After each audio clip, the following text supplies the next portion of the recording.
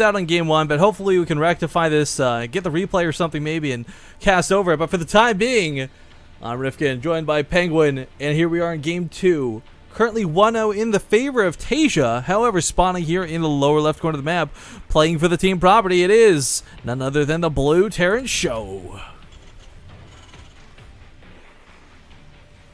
In the bottom right spawn location, we have our red Terran player.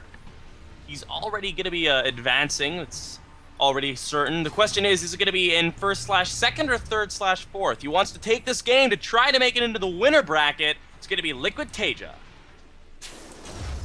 Yeah, it's worth notifying, guys. Each of these, of course, have 5 players in them. 4 make it through, 2 go to the losers bracket, 2 go to the winners bracket, and 1 sadly gets eliminated. Now, correct me if I'm wrong, but has Show already been eliminated?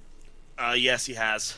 Yeah, so the lowest map score of the group, very unfortunate and very saddening because, of course, this was a player I expected to really come out and show everyone who's boss. I gotta tell you, though, Penguin, whatever's happened today with Show, we didn't get to see a lot of his games, but I feel a lot of it came down to that very crippled game we cast early versus Innovation where it was so close, you know, like just so close. You mean versus SOS? Or SOS, sorry, my mistake, yes. That's how he started his day. He started his day by, like, having a game which he easily could have won if he'd been given like 10 more seconds. Yeah, it was literally within his grasp. Like, that's the worst part. Yeah, and then he was cheesed game 2 and just died.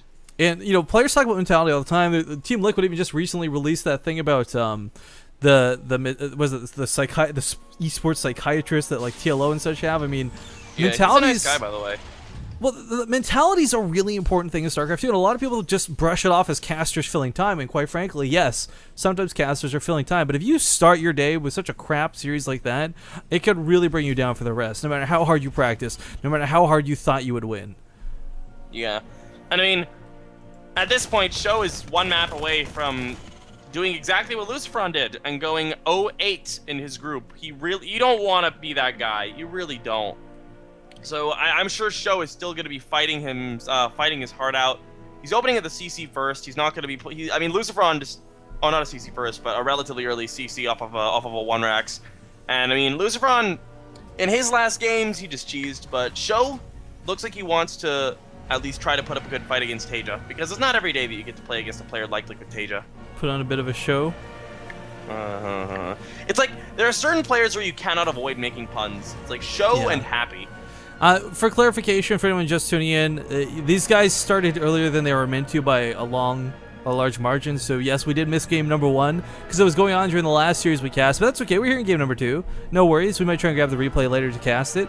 But for the time being, sit back, relax, enjoy. It's DreamHack Winter. There's so many streams going on.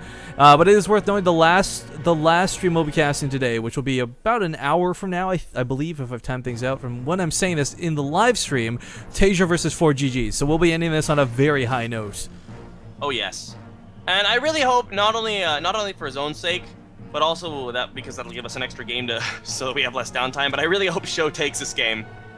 Well, again, it kills me that I can't express this any better, because if you guys saw DreamHack Bucharest on Base Trade TV, you saw that Show came so close to actually beating TaeJa. And when I saw that, TaeJa was at his prime then as he is now. It's not like he fought a lesser version of TaeJa. He was definitely not playing badly. Yeah, exactly. So I came in today really excited for this series, and it's so unfortunate we didn't get to see game 1. But I completely I doubt it was like a walkover. I doubt it was like, okay, Show just got like completely destroyed. It was probably a good game with a lot of battles, but outside of the base, here's TaeJa.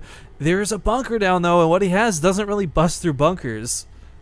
Yeah, there's a Banshee moving across the map. There's already 1 missile turret per mineral line up, so Show shouldn't really take that much damage from this. He's got himself a nice worker lead at 5. He's even got this missile turret over here, guarding the tech labs. Oh, what am I gonna go off? Oh yeah, that's nice. I mean, it's not gonna kill it, but it definitely weakens. Oh, but he evacuates the bunker. Oh, TaeJa no. expecting that to happen precisely, but retreats behind it with the SCV. So unfortunately for him, can't do too much about this right now. Gonna take a couple more SCV losses. Oh, this is rough for Show. This is so awkward, but so well executed by TaeJa. He knew he would unload it out of the bunker to go for the Banshee. I mean, not that he planned the Widowmine being there, but one way or another, I mean, that worked out quite nicely. Yeah, it did, definitely. And now Show's going to try to do what he can here. Oh, the SCVs are going for they're stacking. They're stacking. Position. 1 goes down. One lone Hellion starting to wreak a lot of havoc here. It's only got 2 kills on it. Okay, that 7, it could have gotten a couple 8, deadly 9. shots. It does go up to 4 kills eventually, and now Banshee's this still one hammering almost away. dead Banshee's up to 7, almost 8. It'll go down, but Taeja trading very, very well there, killing off 11 workers.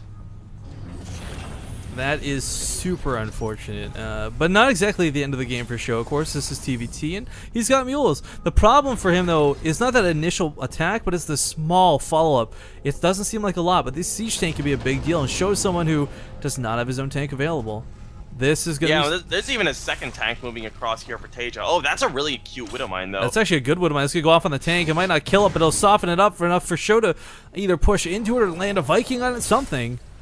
Yeah, I mean...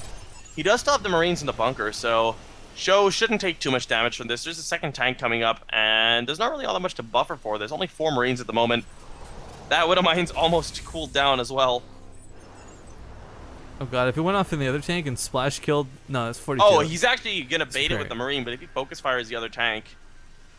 There's an SCV repairing the other one up, though. That's a nice play here from Taeja. Well, still free kill, so not a bad thing to do, but... in a good position now to take that siege, and of course he repaired up the other tank, so it's not exactly in any immediate danger, and Sho just chooses to repair. I mean, that's all he can really do at the moment. Again, no tanks of his own, no ear-to-ground attacks. A Banshee would be fantastic right about now. There we go, one on the way. He's going to have to hold on to this for a while, though. If that bunker falls, we will certainly Taeja advance forward, but... or certainly see him, because I accidentally the whole sentence, but more is being pulled, and that bunker falls down. Auto turret goes down, but it's only to buy time. Widowmine goes off one more time, but it doesn't even kill the tank. Oh god, poor Sho is such a bad spot. Yeah. He's gonna have to lift up. This is looking a bit like a Stomp Rifkin. Yeah, he's gonna have to lift up if he wants any chance to stay in this. If that Banshee comes out, it's still got to worry about the Vikings, which are actually being repaired by this SCV. And this has to be, like, bringing the one SCV is actually really nice by Taeja. He's able to repair up a lot of those units.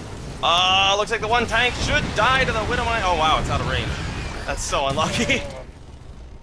There's actually no anti-air for that Viking. He can't exactly advance Marines under it. He doesn't have enough, and if that Viking goes down, that Banshee suddenly saves him this game, but... Oh, man, Sho... I gotta tell him, though, he's making a good defense out of this. Like, this could be much worse than it is right now.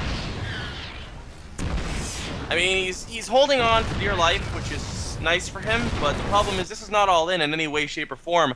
Yeah, Taeja's Taeja's got mining. a 20-worker lead almost, and he's just going to continue gaining and gaining and gaining. This Banshee's going to pop on out. There's going to be 2 Banshees. Cloak comes down. He's going to be scanned on. I guess he's going to save that for now. Second Banshee comes out as well.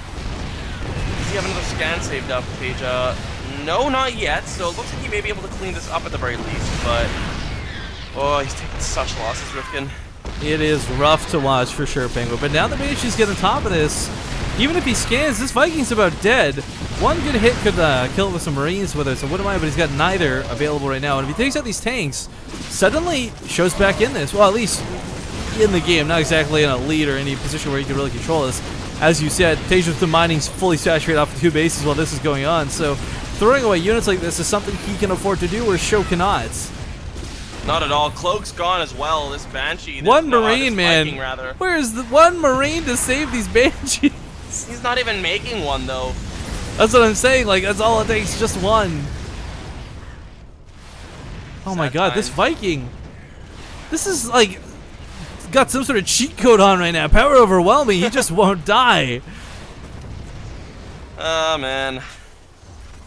I like the choice to try to counterattack for Sho. He knows he has to do something. He can't just sit back, but as we can see, guys, the supply lead is so heavily in the favor. Not just workers, not just army supply, but I mean in general.